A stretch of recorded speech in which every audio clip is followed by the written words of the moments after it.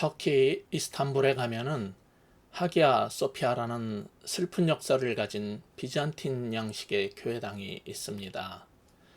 4세기에 콘스탄티누스 황제가 로마에서 수도를 오늘날 이스탄불로 알려진 당시에는 콘스탄티노플이라고 불렀죠. 그곳으로 천도를 한 이래 그곳 동로마 제국의 중심이었던 유서 깊은 교회인데 5세기에 현재 우리가 볼 수 있는 거대한 교회당으로 이제 증축되어서 천년을 지키다가 15세기 오스만 제국의 술탄 메흐메드 2세에게 콘스탄티노플이 정복된 후에 모스크로 바뀐 교회당입니다. 그때 이슬람 교도들은 정교회의 아이콘 혹은 이콘이라고 하죠. 즉 성화를 우상으로 여겨서 회치를 해놓았습니다. 당시 이슬람 교도들은 정교회가 사용하고 있던 아이콘 혹은 이콘을 우상 숭배의 그런 것으로 보았지만은 오늘날 극단적인 일부 이슬람이 그러듯이 기독교 유산을 숫제 파괴해 버리지 않고 성화를 회벽으로 덧칠을 한 다음에 그 위에 코란의 성구를 크게 써붙이는 방식의 인테리어 개조를 하고 외곽에 4개의 뾰족탑을 추가해서 이슬람 모스크로 썼습니다. 제가 썼던 사진을 한번 보시죠.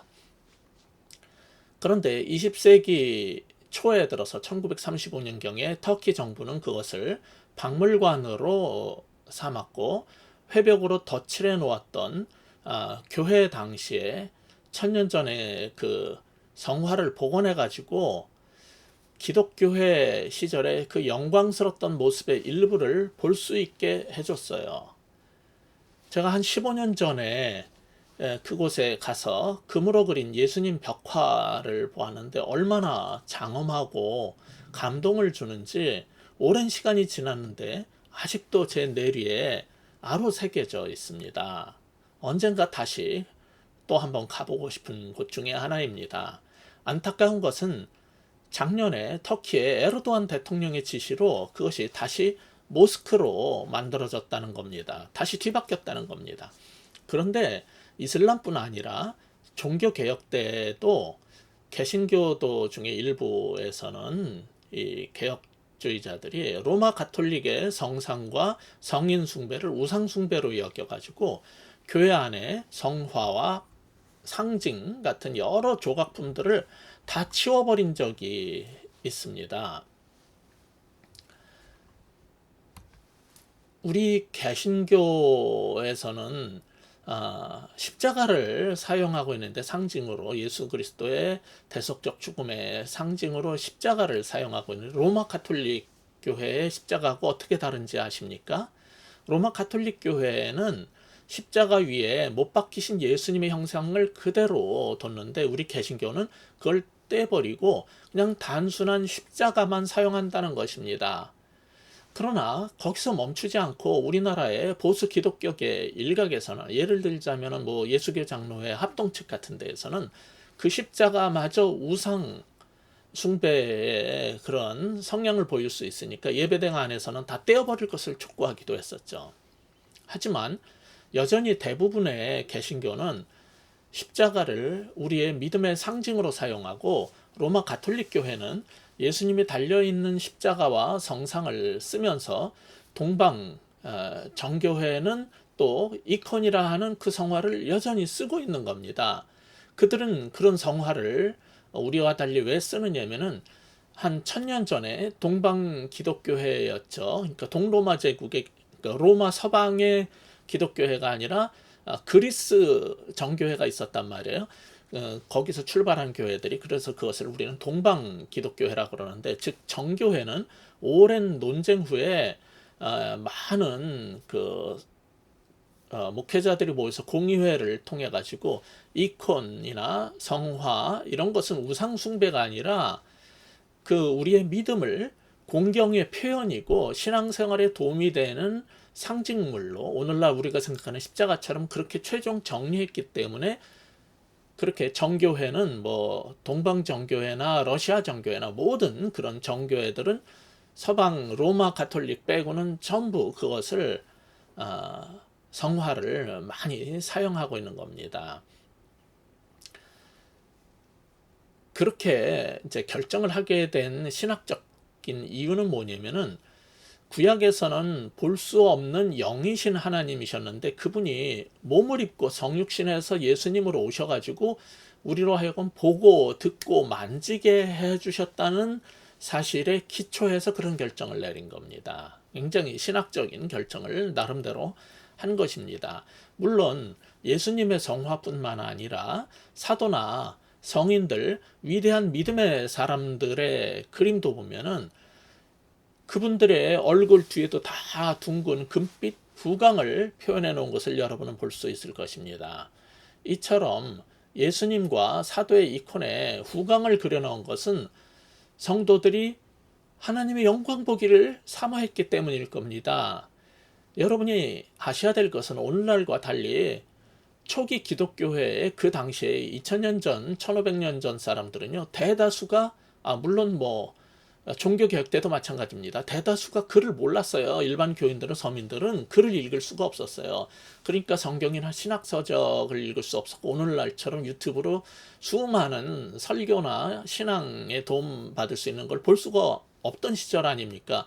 그들이 성경 읽는 대신 성경도 뭐, 흔치 않았고 교회에 뭐 한두 개 정도씩 있었고, 그러니까 그 당시의 성도들은 그 성화를 통해 성경의 이야기를 그림으로 접하고 신앙을 배울 수 있었던 거예요. 그래서 그 이콘이라는 게 굉장히 중요했고 성화가 중요했던 겁니다.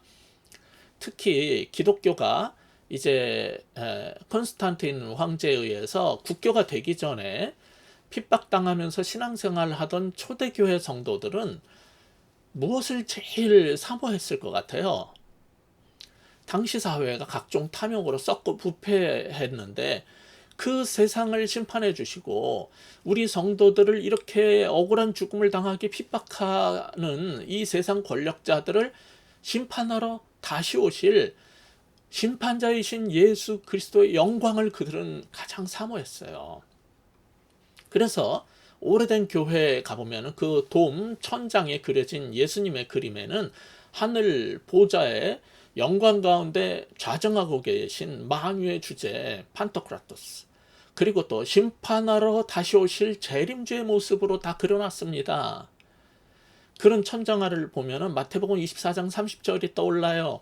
그때 인자의 징조가 하늘에서 보이겠고 그때 땅의 모든 족속들이 통곡하며 그들이 인자가 구름을 타고 능력과 큰 영광으로 오는 것을 보리라.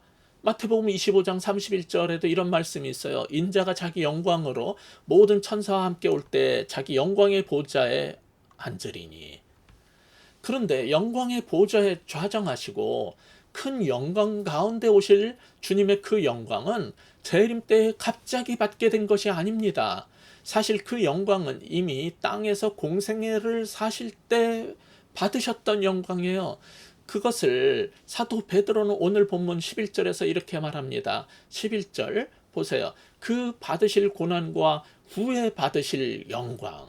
그 받으실 고난이 무엇입니까? 십자가의 대속적 죽음입니다. 그 받으실 고난 후에 영광을 받으셨다라고 말해요. 예수님께서 영광 가운데 계시는데 그 영광은 십자가 고난을 통과하며 받은 영광이라는 것입니다. 이 사실을 사도 베드로는 어떻게 알게 되었을까요? 10절에 그것을 설명해 주고 있습니다. 선지자들이 연구하고 부지런히 살펴서 얻어낸 결과라는 거예요.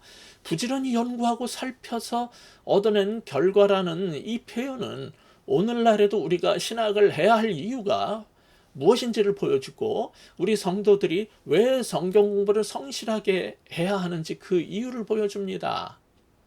선지자들, 즉 주의 종들은 열심히 말씀을 묵상하고 연구한 결과 놀라운 사실을 알게 되었는데 그게 뭡니까? 예수님의 영광은 성부 하나님의 보내심 그리고 그 뜻에 순종해서 고난을 기꺼이 받으시고 십자가를 지기까지 죽기까지 순종한 결과 얻으신 것이라는 받으신 것이라는 사실입니다. 오늘 본문 뒤에 21절을 보셔도 이렇게 되어 있어요. 하나님을 어떤 분으로 묘사해요? 그는 예수님입니다. 그를 죽은 자 가운데서 살리시고 영광을 주신 하나님. 이렇게 묘사하고 있어요. 하나님은 자신, 성부, 아버지의 뜻에 따라서 성자 하나님 예수님께서 십자가에서 우리를 위해 자신을 기꺼이 속죄물로 드리신 그 예수님을 죽음에서 살리시고 하늘의 영광을 회복시켜 주셨다는 거예요. 돌려주셨다는 거예요. 이처럼 예수님의 영광에는 아주 독특한 점이 있는데 그게 뭡니까? 예수님은 원래 삼위일체 하나님이라서 영광 속에 거하셨던 분이잖아요. 근데 그 영광을 보류하고 성육신에서 오셨지만은 십자가의 고난 후에 성부께서 그 영광을 다시 주셨다는 겁니다. 회복시켜 주셨다는 겁니다. 그러니까 오늘날 우리 그리스도인들은 승리만을 원하고 영광만을 원하지만은 성경이 가르치고 싶은 건 뭡니까? 인자하 예수님의 영광은 십자가의 고난 후에 받은 것이란 사실이고 그것은 주님의 의로우심에 대한 하나님의 인준이라는 사실이에요. 그 당시에는 예수님이 뭐 종교인들도 잘못했다, 로마 당국도 뭐 문제 있다 이러고서 사형에 처했지만은 주님은 의롭다는 것을 인준해 주신 것이기도 하고 십자가의 고난을 정말 하나님께서 받아주시면서 그 영광을 회복시켜 주셨단 말이죠. 이 사실은 우리들의 신앙생활에 어떤 교훈을 줍니까? 우리가 영광을 사모한다면 주님처럼 살아야 한다는 거예요. 그게 뭐예요? 그게 오늘 본문이 우리의 주고자 하는 첫 번째 교훈입니다. 첫째, 흔들림 없는 십자가의 순종으로 영광 받으신 주님을 우리의 모본으로 삼자는 겁니다. 흔들림 없는 십자가의 순종으로 영광 받으신 주님을 모본으로 삼으시기 바랍니다. 이 사실의 적용점은 무엇입니까? 지금 이 땅에서의 삶이 비록 고달프고 힘들지라도 믿음으로 순종하면서 살면은 하나님께서는 우리의 눈물과 기도를 신원하여 주시고 영광스러운 날을 줄 거라는 사실입니다. 그것이 우리의 소망인 것입니다. 그런데 그게 다가 아닙니다. 예수님은 성부 하나님을 믿고 십자가까지 순종함으로 받으신 영광뿐 아니라 또 무엇을 끝까지 믿음을 지킨 성도들에게 자녀들에게 주시겠다고 약속하시나요? 7절을 보시기 바랍니다. 7절 같이 읽겠습니다. 너희 믿음의 확실함은 불로 연단하여도 없어질 금보다 더 귀하여 예수 그리스도께서 나타나실 때 칭찬과 영광과 존귀를 얻게 하실 것이다 라고 했어요.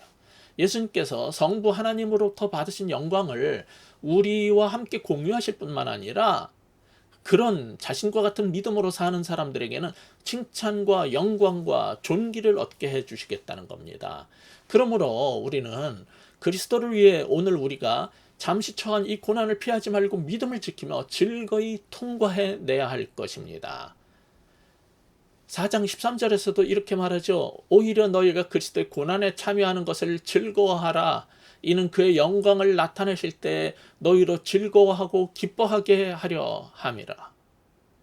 이 사실은 오늘 보면 6절에서 보듯 당시에 잠시 여러 가지 시험이라고 그랬죠. 잠시 여러 가지 시험을 받던 성도들에게 얼마나 큰 위로가 되었겠어요. 베드로전서의 전체 주제가 무엇입니까? 이렇게 환난 가운데서도 신실한 믿음으로 살 때 받게 될 종말론적 기쁨입니다. 이게 베드로전서 전체의 주제예요. 그래서 6절에서는 크게 기뻐하는도다 이렇게 말하고 있어요. 이것이 현재형으로 원래 헬라어 문법은 현재형으로 되어 있기 때문에 현재적으로 이렇게 번역을 해놨는데 사실은 미래처럼 해석해야 되는 겁니다. 이 부분은 앞으로 크게 기뻐하는 날이 올 것이다. 크게 기뻐하게 될 것이다. 그 사실을 우리가 알기 때문에 오늘도 우리는 기쁨으로 살 수 있는 거죠. 성경은 어떤 사람들이 주장하듯이 고난 속에 기쁨이 있으니 오늘 우리가 당하는 고난을 기뻐하라 이렇게 말하고 있지 않아요. 정확히 보시면은 종말론적으로 고난 후에 올 기쁨에 대해서 말하고 있을 뿐이에요. 근데 그 사실을 알고 나면 오늘 우리가 겪는 이 고난은 능히 이겨내고 승리할 수 있다는 거예요. 고난 중에는 믿는 자나 믿지 않는 자나 다 힘들고 고통스러운 것입니다. 믿음 있는 사람이라고 고난이 기쁨이 되는 게 아니에요. 저 같은 목사도 고난 중에는 괴롭습니다. 힘듭니다.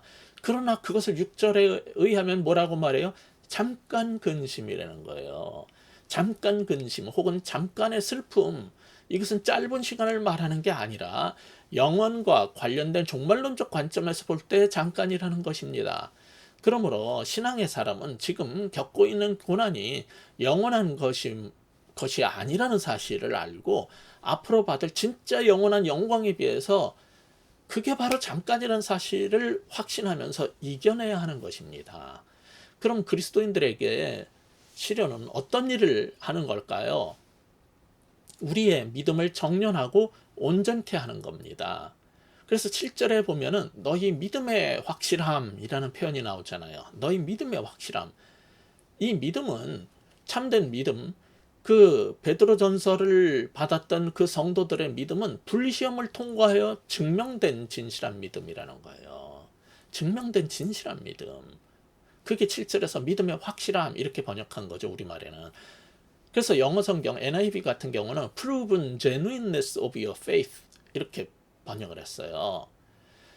여러분의 참된 신앙이 증명된 것, 증명된 진실한 믿음이라고 번역을 했던 겁니다.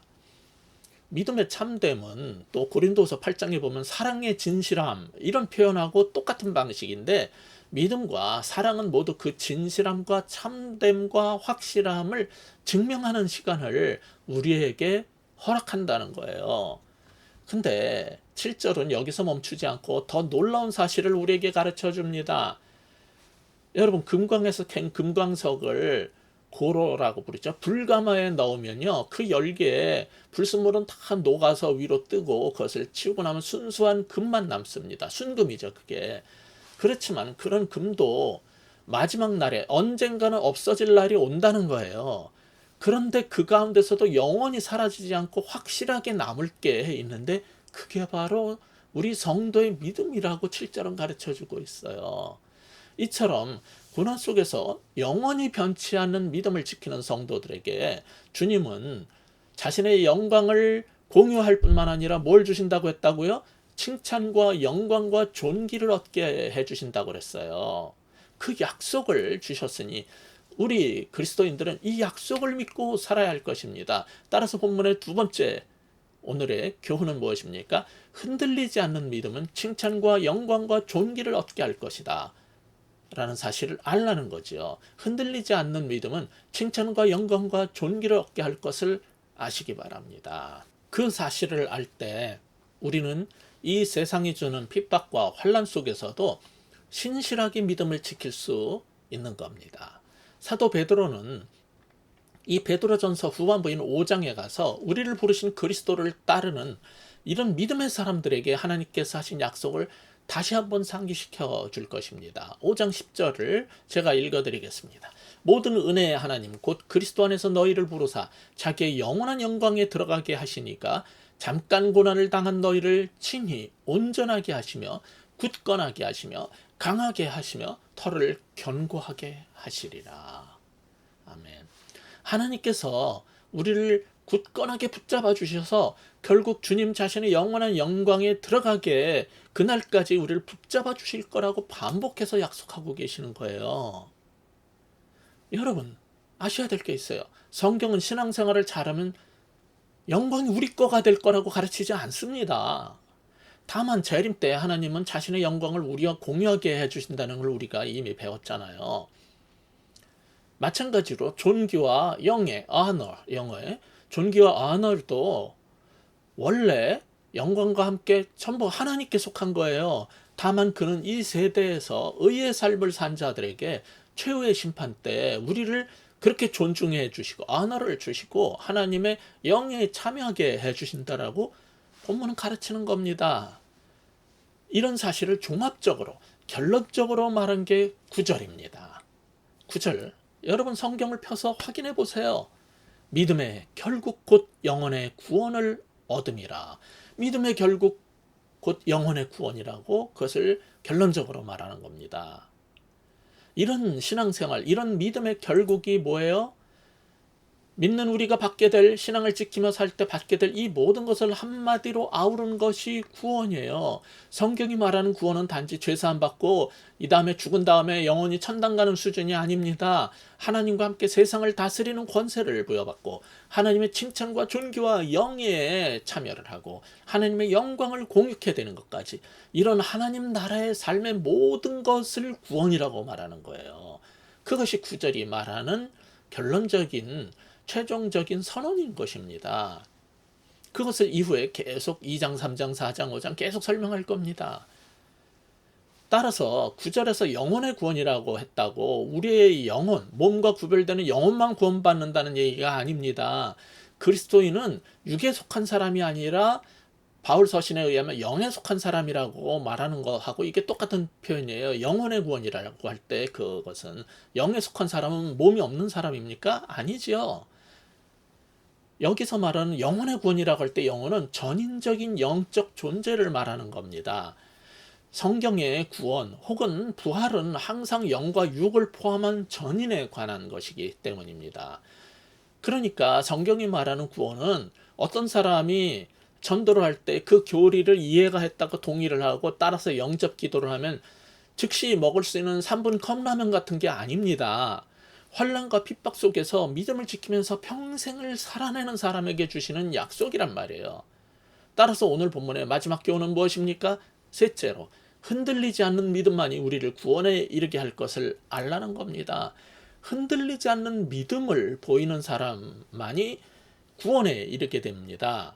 두 번째가 뭐였어요? 흔들리지 않는 믿음은 칭찬과 영기와 존귀를 얻게 할 것을 알라고 했어요. 셋째, 흔들리지 않는 믿음만이 우리를 구원에 이르게 할 것을 알라는 것입니다. 이 베드로전서를 받아서 읽고 묵상하며 신앙생활을 하던 교인들은 바로 그런 신앙생활을 보여줬어요. 그들은 예수 그리스도를 진실로 사랑하고 끝까지 따랐습니다. 그들의 주님을 향한 사랑은 사도 베드로가 볼 때도 너무너무 놀라운 것이었어요. 사도 자신은 예수님을 보고 듣고 만지고 함께 3년을 살았지만 그분 생전에 예수님을 온전히 다 믿지 못하고 심지어 배신한 적도 있어요. 그런데 지금 성도들은 그 사도 베드로와 달리 주님을 본 적이 없는 사람들인데도 주님을 보지 못하고도 심지어 환난과 핍박 속에서도 가히 목숨을 걸고 믿음을 지켜내고 있는 거예요. 사도는 그들의 이런 믿음의 삶에 감격해서 이렇게 증언합니다. 8절 큰 소리로 같이 읽어보시겠습니다. 시작. 예수를 너희가 보지 못하였으나 사랑하노도다. 이제도 보지 못하나 믿고 말할 수 없는 영광스러운 즐거움으로 기뻐하니. 이 얼마나 감동적인 말씀입니까? 자신과 달리 직접 보지도 못한 주님을 향한 그 믿음과 사랑을 보인 그들에게는 세상 그 어떤 것도 주지 못하는 기쁨으로 가득 차 있었던 거예요. 그것은 말할 수 없는 영광스러운 즐거움이라고 사도는 칭했어요. NIV 영어 성경은 그것을 inexpressible and glorious joy라고 번역을 했고, 말로 표현할 수 없는 영광스러운 기쁨이라고 번역을 했고, 영국의 그 웨스트민스터 채플의 목사였던 황실의 목회자로서 귀족들에게 설교했었죠. 마틴 로이드 존스 목사님, 의사 출신 목사님이에요. 사실 뭐 신학을 하신 분은 아닌데 최고의 신학자 중에 하나입니다. 그 마틴 로이드 존스 목사님은 Joy Unspeakable이라고 표현했어요. 그의 책 제목도 이렇게 돼 있어요. Joy Unspeakable, 말할 수 없는 기쁨. 이게 바로 성경이 말하는 참 성도의 참된 믿음의 모습인 것입니다. 여러분, 좋은 차를 타보셨죠? 그 차에 타보시면은 인조 가죽이 아니라 진짜 가죽 시트로 되어 있어요. 그리고 부잣집에 가면은 거실에 아주 부드러운 가죽으로 우리 몸을 감싸는 좋은 소파들이 있어요. 그건 우리 서민들 집에 있는 소파처럼 모조 가죽, 뭐 인조 가죽 그런 걸로 된 게 아니라 진짜 가죽이라서 한 구석을 이렇게 살펴보시면 genuine leather라는 표시가 있어요. 진짜 가죽. 그렇게 찍혀 있거나 그런 라벨이 붙어 있는 게 있어요. 신앙에도 그런 신앙이 있어요. 요즘에 전 세계를 강타했다는 그 오징어 게임이라는 드라마를 저도 하도 많이 봤다니까 목사는 그런 걸 보고 교인들의 지금 뭐 공감하고 좋아하는 게 뭔지를 알아야 되기 때문에 저도 관심을 갖고 봤습니다. 거기에 그리스도인이 기독교인이 세 명이 나오는데 하나는 간접적으로 나오는 부인을 여주인공을 엄마를 그렇게 때리고 폭행했던 목사가 한 사람 기독교인으로 등장하고, 두 번째는 끝날 때 길거리 전도자 아주 괴상한 사람을 또 세워놨어요. 그리고 게임 참가자 중에 한 사람 직접 등장하는 사람, 이 사람 완전 기도파예요. 정말 괴이한 신앙을 보여주고 있어요. 지금 이게 세상이 생각하는 기독교 신앙의 모습인 거예요. 기독교가 이처럼 정말 조롱을 받고 있단 말이에요. 정말 슬픈 일이에요. 그런데 14절에서 말하는 것처럼 돈과 갖은 사욕 앞에서 무슨 짓이든지 하면서 자기 신앙을 버리는 그런 무늬만 신앙이 아니라, 오늘 본문 7절에서 말하는 이런 확실한 믿음, genuine faith를 가진 사람이 있다는 거예요. 그 믿음은 주님을 보고 만졌기 때문에 갖게 된 신앙이 아닙니다. 사도 베드로에 의하면, 오늘 성경에 의하면 주님을 보지 않고도 믿는 신앙이고, 이것은 환난과 핍박에서 증명된 신앙인 것입니다. 그런 참 믿음의 사람들은 십자가의 고난 후에 받으신 영광을 받으신 예수님처럼 주님으로부터 칭찬과 영광과 존귀를 받게 될 것입니다. 그 사실을 알기에 우리는 잠시 겪는 이 힘든 세상의 삶 가운데서도 믿음을 지키며 말할 수 없이 영광스러운 즐거움으로 기뻐하면서 살 수 있다는 겁니다. 오늘 이 말씀을 전하는 저 자신부터 이런 삶을 살 수 있기를 저는 정말 간절히 원합니다. 그리고 여러분도 그런 복된 삶을 살아내시는 참 믿음의, 확인된 믿음의, 참된 믿음의 사람들 다 되시기를 우리 주 예수 그리스도의 이름으로 간절히 축복하며 기도합니다. 함께 기도하시겠습니다. 하나님 아버지, 우리의 신앙을 사욕에 흔들리지 않는 신앙, 위협과 환난 가운데에서 포기하지 않는 신앙, 환난과 고난 속에서 확인된, 증명된 genuine faith, 정말 참된 믿음의 확실한 것을 갖고 있는 모든 성도들 되게 하여 주옵소서. 이 세상의 삶이 잠시 어려움이 있을지라도 정말 주께서 우리에게 함께 나눠주실 영광을 바라보면서 마지막 날 주님께서 오시면서 칭찬과 영예를 우리에게 허락하실 것을 기대하면서 오늘도 정말 하나님을 향한 그 사랑과 믿음으로 살아낼 수 있는 사람들을 다 되게 하여 주시옵소서. 그 미래에 우리가 함께 공유하게 될 그 영광과 존귀와 그런 영예 때문에 오늘도 말할 수 없는 기쁨으로 우리에게 주어진 삶을 살아낼 수 있는 우리 모든 주의 백성들, 성도들 될 수 있도록 주께서 함께해 주시고 성령으로 붙잡아 주시옵소서. 예수 그리스도 이름으로 간절히 기도하옵나이다. 아멘.